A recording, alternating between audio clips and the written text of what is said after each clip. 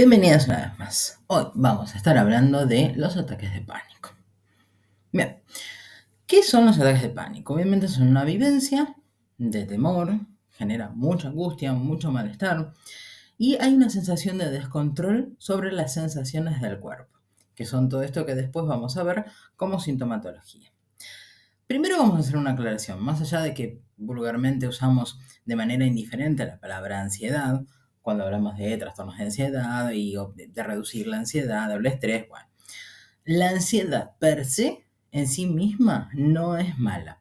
Por eso no queremos que la ansiedad vaya a cero, porque si va a cero es porque no existimos, no estamos vivas. Entonces, no desaparece, sino que se gestiona cuando la ansiedad excede ciertos parámetros. Pero esto es sumamente importante, porque a veces está la idea de que voy a hacer tratamiento y no voy a tener más ansiedad. Si no tengo ansiedad es porque estoy muerta. Entonces, queremos tener ansiedad porque la ansiedad la hemos heredado filogenéticamente y es la que nos permite reaccionar frente a situaciones de peligro. Y atacamos o huimos. Pero es lo que nos ha permitido sobrevivir como especie. Entonces la ansiedad no es mala en sí misma. El problema es cuando se vuelve patológica. Tiene su respuesta, la respuesta ansiógena, tres características: físicas, cognitivas y conductuales. Físicas, todo lo que tiene que ver con taquicardia, temblores, mareos, sensaciones de que tengo que ir corriendo al baño, falta de aire. Cognitivamente, todo lo que son los pensamientos asociados al peligro. Y conductualmente, esto que les decía antes. En general, tiende hacia el huir y al escapar. Estos componentes que acabamos de ver se dan en la ansiedad normal. Entonces, acuérdense que no es ni buena ni mala la ansiedad y no quiero que desaparezca por completo porque nos ha ayudado a sobrevivir. Lo que sí tenemos que ver cómo regular cuando se exacerba y cuando hay diferentes estímulos que en general no deberían generarnos. Entonces, la ansiedad normal se activa cuando hay un peligro real. Veo a alguien que le están robando y veo que ese delincuente viene hacia mí y yo me pongo ansiosa y salgo corriendo, es perfectamente normal. Si esta ansiedad no existiera, mi sistema no funcionaría, el sistema de alarma, y no huiría. La ansiedad patológica, en cambio, es desproporcionada porque el estímulo no es peligroso en sí mismo. Yo les puse ahí el dibujito, que entiendo que es un bicho asqueroso y desagradable, el de una cucaracha, por ejemplo. Es un bicho feo, podemos decir, no sé, pobrecito, me parece agradable. Es feo, no sé, tiene enfermedades, lo que quiera. Pero cualquier persona, pese a lo que pese y tenga el tamaño que tenga, le pone un pie encima y la cucaracha desaparece. Entonces, si esa ansiedad me desborda, como pasa en las fobias simples, por ejemplo, que le tenga fobia a las cucarachas, esa ansiedad no es normal. Si viene un perro corriendo, es un perro grandote que parece peligroso y yo quiero salir corriendo, esa ansiedad es normal. El primer ataque de pánico que tenemos en general es sumamente choqueante y genera sensaciones de miedo. Esto típico de la sensación de me voy a morir o de me voy a volver loca, que puede estar presente, como no, dentro de la sintomatología de los ataques de pánico, pero suele estar sobre todo el miedo a me estoy muriendo. Después de que se tiene y se tiene en diferentes contextos donde se sucedió, queda el miedo a las propias sensaciones corporales, a esto que se está experimentando. Y aparece el miedo al miedo, que es lo que ven en pantalla, el circuito del pánico.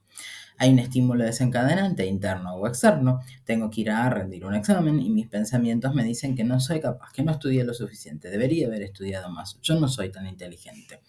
Aparece la preocupación. Antes de entrar al examen me empiezo a sentir mal, aparecen las sensaciones físicas. Me falta el aire, me cuesta respirar, me duele la panza. Me pongo en hiperalerta, interpreto esto de una manera catastrófica y como consecuencia tengo un ataque de pánico. Este es el circuito del pánico o el miedo al miedo. Ahora lo pueden ver en formato de circuito, lo que les estaba nombrando recién. Cuanto más me focalizo, cuanto más mi foco de atención va a la sintomatología física, más ansiedad se va a generar, porque esta sintomatología se percibe como peligrosa. Sigamos con el ejemplo de voy a ir a dar un examen y esto me genera ansiedad o me genera malestar. Si yo empiezo uy, tengo un poco de taquicardia, un poco de ansiedad. La ansiedad, por ejemplo, frente a un examen es normal, una ansiedad normal, no patológica. Bueno, listo, nada, entro. Ya está, me duele un poco la panza, digo, uy, cuando vomitar, no sé, lo que sea, lo que les pase a cada uno cuando va a hacer una situación estresógena. Pero si yo percibo esta sintomatología como algo terrible, en vez de decir simplemente que es la ansiedad lógica frente a un examen, una entrevista de trabajo, no sé, voy a planear manejar, en lugar de eso lo percibo como netamente peligroso, se va a activar los ataques de pánico. Ahora les voy a leer específicamente la sintomatología. Taquicardia, ¿sí? Sudor, transpiro, temblores o sacudidas, no hace falta que sea excesivo. Sensación de atragantarse, es como, ay, no puedo tragar. Opresión en el pecho. Inestabilidad, mareos. Después vamos a aclarar que cuando tenemos ataques de pánico la presión no baja, así que no nos desmayamos. Hormigueos o parestesias. Escalofríos o sofocaciones. Miedo a volverse loca o descontrolarse, a morir. Y la despersonalización. La despersonalización, que es difícil de explicar, quizás si no se ha percibido, no se ha tenido, es como si estuviéramos sentadas, viéramos pasar una película y tuviéramos la sensación de estar fuera nuestro observando esto que ocurre. Es la forma más aproximada para poder explicar lo que es la despersonalización. Bien, vamos a hablar de el aspecto que tienen los síntomas y por qué son de determinada manera. Más allá que a continuación van a tener dos cuadros donde pueden ir observando parte por parte, yo se los voy a explicar de una manera más concreta. Frente a una situación que consideramos peligrosa, nuestro sistema nervioso se va a activar. Activa el sistema de alarma, como decíamos antes, para defendernos o para huir. Esto implica que hay todo un montón de reacciones físicas, de respuestas físicas para enfrentar esta situación de peligro. Estas sensaciones físicas obviamente son desagradables, pero son las que me permiten ponerme en marcha frente a una situación de peligro real. Es una respuesta del organismo para protegerme. Por eso no nos morimos de los ataques de pánico, porque en realidad, más allá de que frente a lo que es un ataque de pánico, el miedo no es un miedo real y proporcionalmente peligroso, mi organismo lo que está intentando hacer es protegerme.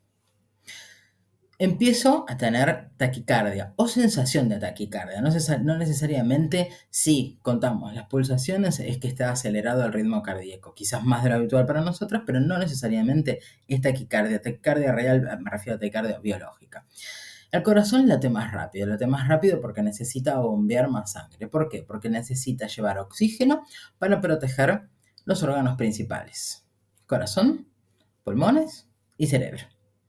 Entonces, cuando yo tengo más oxígeno en mi cuerpo y respiro más corto porque estoy metiendo más oxígeno para poder proteger los órganos principales, eso hace que me empiece a marear porque estoy sobreoxigenada. Me mareo, se me revuelve el estómago, me da náuseas, va llevando el oxígeno mientras tanto mi organismo a los miembros superiores y los miembros inferiores, por ejemplo, para salir corriendo. Todas estas son las explicaciones de por qué tenemos esta sintomatología cuando la ansiedad se convierte en un ataque de pánico. Me empiezo a marear porque tengo esta sobreoxigenación, pero como me está bombeando más rápido el corazón, mi presión o tensión arterial en realidad no baja, sino que lo que hace es subir.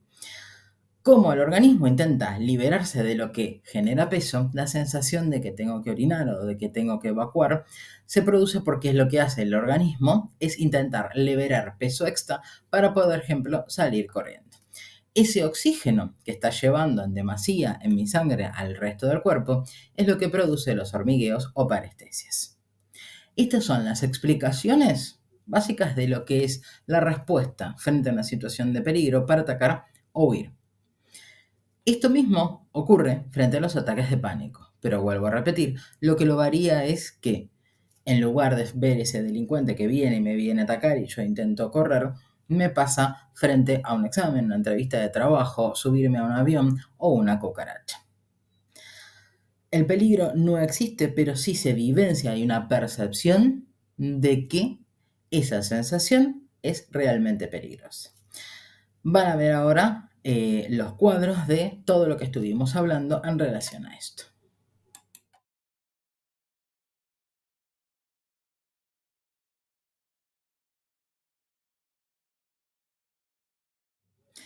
Cuando hablamos de trastorno de pánico, no es tengo un ataque de pánico, sino una sumatoria de ataques de pánico. Hay una preocupación por tener crisis y por las consecuencias de las crisis. Se produce como una falla en este sistema de alarma frente a una situación, por ejemplo, de estrés constante. Muchas personas tienen además pánico mientras duermen. Como el organismo está preparado, en este caso cuando ya se tiene un trastorno de pánico, para ponerse en alarma frente a situaciones potencialmente peligrosas, frente, por ejemplo, a cambios sutiles de temperatura, estoy soñando y tengo el ritmo cardíaco un poco acelerado, el cerebro los lee de manera errónea y equívoca como una situación de peligro. Entonces se activa el sistema de alarma y aparece ahí el pánico mientras se duerme. Y por último, vamos a hablar de la prevalencia. Una de cada 10 personas va a tener una crisis de pánico a lo largo de su vida. Una de cada 30 va a tener la enfermedad, es decir, entre el 2 y el 5% de la población mundial. Suele comenzar entre los 25 y los 30 años. Esto es un promedio, es estadística, obviamente puede aparecer antes o puede aparecer después. Y 3 de 4 personas afectadas son mujeres. No es una cuestión biológica, sino que es una cuestión de género y de lo que se le pide a las mujeres dentro de la sociedad. Por eso es tan importante cuando trabajamos terapéuticamente hacerlo con perspectiva de género. Y como ya se imaginarán, el tratamiento es la terapia cognitiva conductual.